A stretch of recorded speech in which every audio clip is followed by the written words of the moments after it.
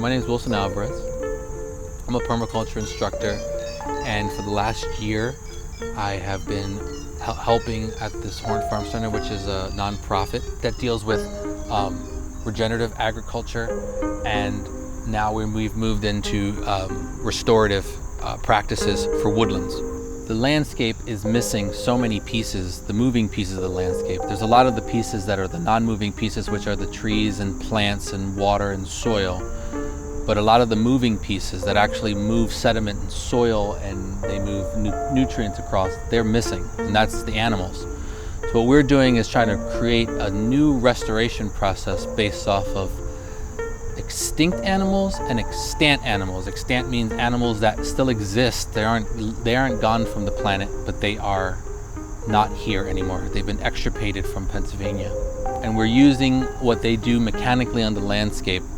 We're replicating that and trying to create a more natural disturbance regimen that replicates as close as we can to what would naturally be here if we had all the pieces together. Just think about a machine that has a few cogs missing. And it's not a few of the small cogs, it's the larger pieces that are missing, the moving pieces that are missing. And while we live in a very non-brittle environment that rains all the time and there's tons of plants that come out, we see that as regenerative.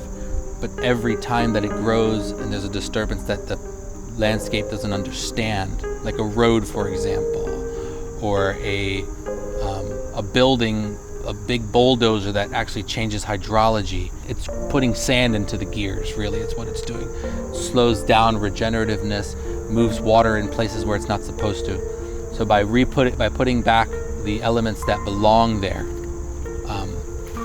we're hoping to get a more regenerative landscape and restoration process than exists right now.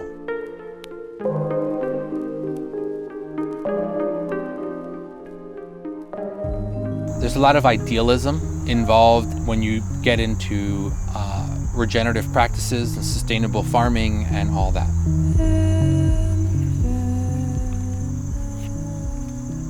There's an elephant in the room, which is population. We cannot talk about a regenerative future with an exponential growing population. Those two don't live in the same world. We already are at a well beyond carrying capacity of humanity. We outstrip the environment twofold, threefold, fourfold. They say we need 2 planets already. So we can't have a conversation about the next 100 years without talking about today. We're at 7 billion. I see very idealistic and also very smart people say very interestingly dumb things.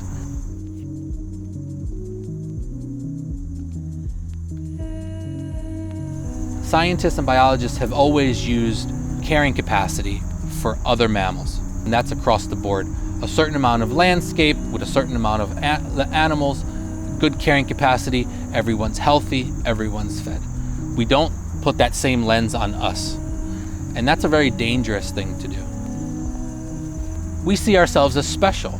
We see ourselves as gods almost, because what we have done and what we continue to do. We can build these mammoth structures and we look at them and we go, see, we're different. But I don't see ourselves as different. An elephant is also an ecosystem engineer, is that they actually manipulate their environment to fit their needs. And elephants create the entire savanna ecosystem by knocking down trees, and then all the assemblies of zebras and wildebeest can then live around the savanna that the elephant designs. So yes, we are special. But we are not special in the way as God is special. We're very interesting in that we can mimic anything. I think that's our gift, is the mimic. We can act like a wolf, we can act like a beaver, we can act like an elephant, we can act like anything. We can also act like a geological force too. We've gone beyond mimicking animals. We can mimic hurricanes, we can mimic lava flows, we can mimic all of it.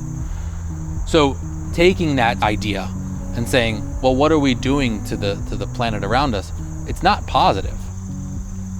We have created so many taboos for ourselves culturally, and not just the United States, but across the world. And even not in such extremes, when we move into what's acceptable and what's not, but we can't talk about population. No one can tell someone else how many children they can have. That is still a very taboo subject. And I'm not saying we have to do anything extreme, but maybe de-incentivizing the idea of having more children. That might be a good step. Culturally changing the idea of what is acceptable, how many children are acceptable. Maybe we can make a 100-year plan for shrinking our places, making more incentive for having less children or no children, right? These are the things that we can do without having to have these extreme ideas of, well, who chooses? We choose together. It's not, no one is going to be pulling the strings here on population control. But we are a smart enough species that we can have the conversation. But I think if we took population into control and started education of women especially, their rights, birth control, and controlling their rights for reproduction, and not having culturally tell them what's appropriate or not, that's a humongous step forward in where we could be in 100 years from now. I think how we got here is not a mistake. I wouldn't say a mistake, but I think our story is long.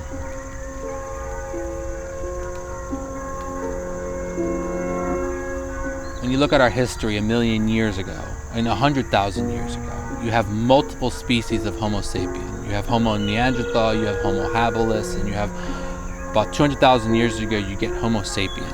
Now, Homo sapien is this very interesting species that seems to have had an advantage, not of a larger brain, because Homo neanderthal had a larger brain than us, but as far as we have this special something where we can take what we see and turn it into a tool. So they call humans this tool makers.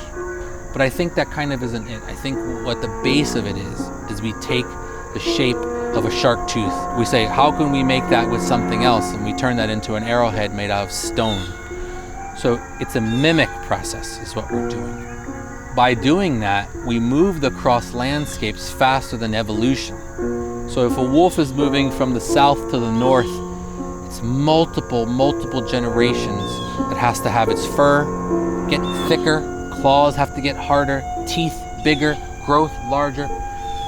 With us, instead of going through that evolutionary process of forming baseline with our ecosystems, we moved so quickly by taking their fur, building so we could stay furless and have fur, move north and south and east and west at such a rapid pace. And I think that has led us to where we are now.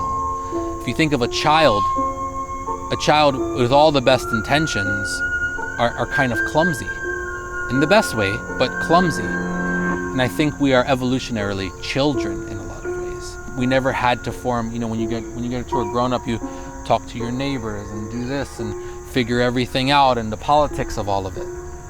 But by moving across landscapes and being able to dominate as we do, we never had to do that. It was only after the end of the Ice Age that there was no more places to go, that you see this settling and you see the beginning of pastoralism, sedentary hunter-gatherism, and agriculture. So how we got here is a long story. But where we go from here is the next story. And either we can continue on the path that we are now, continue to try to dominate the landscape and the ecosystem, or we could change now. We could move to more perennial systems, restore forests, restore wetlands, restore habitats, and at the same time producing food sources in a whole new way.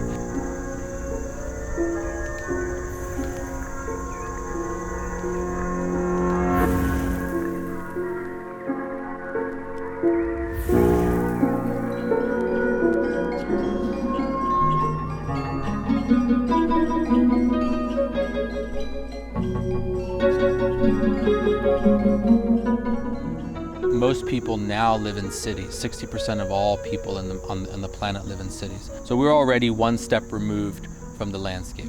And most people are 2, 3, 4 steps removed from the landscape. To have people who have never even been in the landscape begin to start to think about large equipment. Large equipment have this double thing. They can create ponds 10 times faster than humans can, but at the same time, in the hands of someone that doesn't know what they're doing, they could destroy the planet 10 times faster than humans can too. There also is this concept called emergy, which is embodied energy. So how much energy it took to create the tools that you're using. Hand tools, by their very definition, are very low energy tools.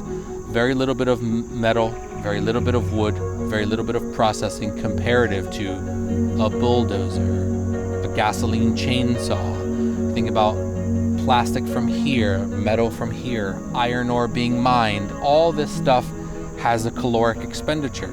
By buying a brand new tool, you go, oh, see, I'm more efficient. But you haven't taken into account the embodied energy in that tool. So by using small scale hand tools, you get rid of a lot of that embodied energy. You start to think of caloric energy. A gallon of gasoline, they say, has 31,000 calories equivalent. If a human can ingest a gallon of gas, they could ride a bicycle 916 miles. But what they don't take into account, that 31,000, is the embodied energy of the gasoline itself. Even if you get rid of embodied energy, the efficiency of the tool, a gallon of gas doesn't go very far inside of a tool, a bigger tool, because you have to move around this excessive weight and move it around. Where with a hand tool, 2 or 3 people might do 500 calories doing what that caterpillar can do, but it's always going to be less caloric expenditure using human energy. And just efficiency of the way we move in a bipedal way, we can get into these places where tracked vehicles or even wheeled vehicles, they're not even able to get into. So we're able to do precise work and large-scale work without using animal husbandry and without using large tools that have large embodied energy inside of it. And it also allows us to do this work in a way that doesn't destroy baseline. We're sitting out here, there are birds chirping and there are things like that. If we were using a chainsaw out here, that destroys baseline for a very long period of time. So we're able to work out here while the birds chirp, while the fox moves across, make a smaller impact on the environment, because we're already working in environments that have been impacted significantly by humans.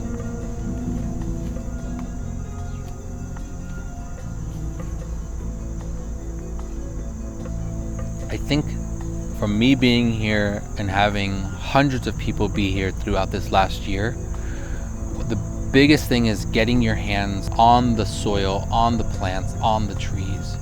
There's this connection that you get, which you can't get from hiking through or camping out, because there's always this disconnect between you and the landscape. You're an observer, and when you're this camper with your big backpack, you're an astronaut.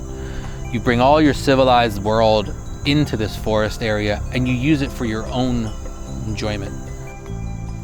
Where this work is so different, you become connected to what is actually happening on the landscape. A vine is killing this tree, I take it out. You can almost feel the tree go, whew. This water is causing a channeling, which is causing soil erosion. I drop a tree down, which will stop that from happening. I am an active participant in this forest, which is a gift that I'm allowed to do that the earth still allows me to do it. And 2, it gives me more buy-in into the landscape. So then I feel like I'm part of it. And this is not true of just me. This is true of almost anyone that can touch the landscape. A lot of us remember building forts in a little wild space, or playing in the creek and building dams when we were young. But there's a whole new group of people who haven't grown up that way. There's even more disconnected from the landscape than ever before. So having places like this, these semi-wild lands, these places that are neither wild nor domesticated, they're sort of this in-between places. They're just assemblies along roadsides, along rivers that we all have in all of our towns. These are the lands that you can go into, touch, move, feel, be a part of. There's that Japanese idea of forest bathing, where you go into a forest and allow the forest to clear your mind. But it still feels like it's a human getting a product from a landscape without giving anything back. And I like to be able to give back. It's a very reciprocal relationship.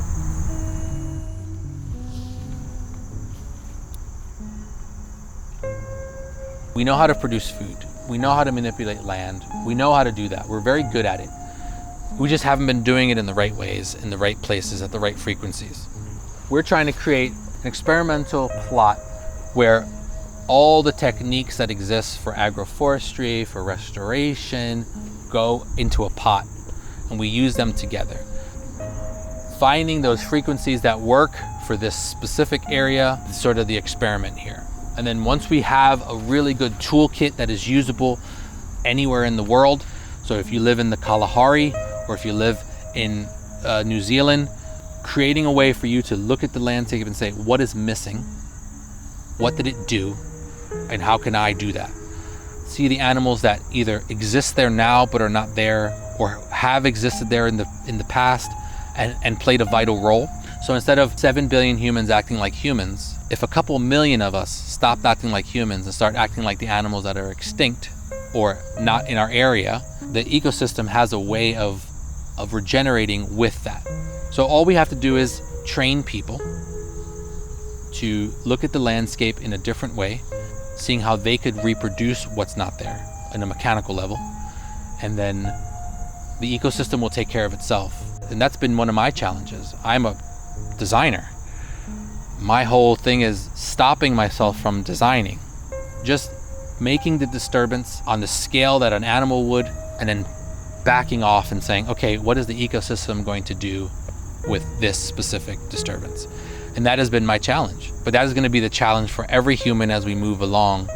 So moving into the idea of what the future looks like, you can have two futures. One is an annual future and one is a perennial future.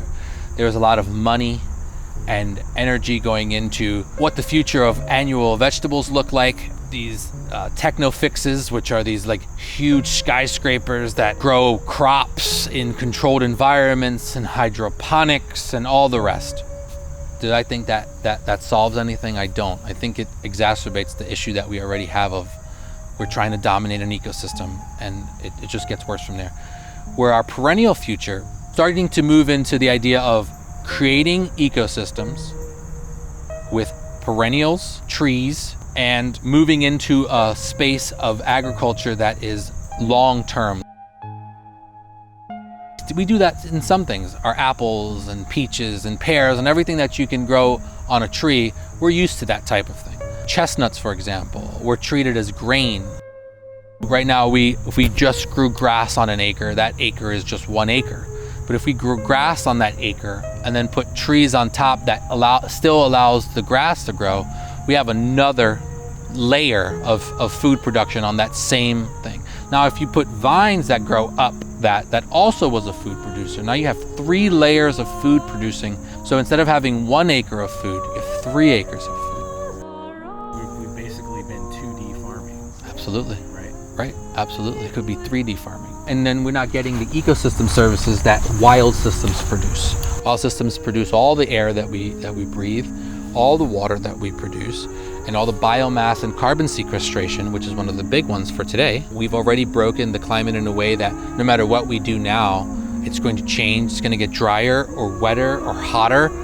So we have to have this very adaptable food system where perennials are just more adaptable because of their root systems. They can deal with drought better, where annuals are just by their very nature not very adaptable to change. And we just been living in this 10,000 year beautiful window of very stable ecosystems.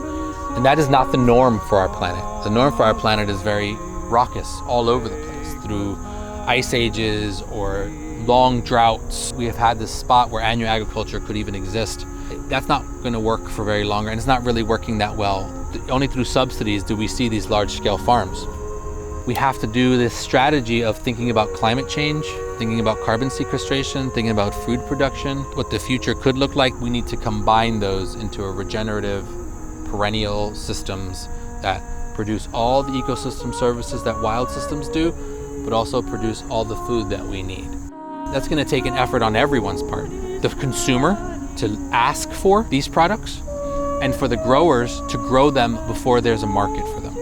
And that's the hard part, because we can't keep designing systems for the system that we have that we know is broken. We have to design systems that are experimental for the world that we are trying to build. Everyone gets scared of that gap.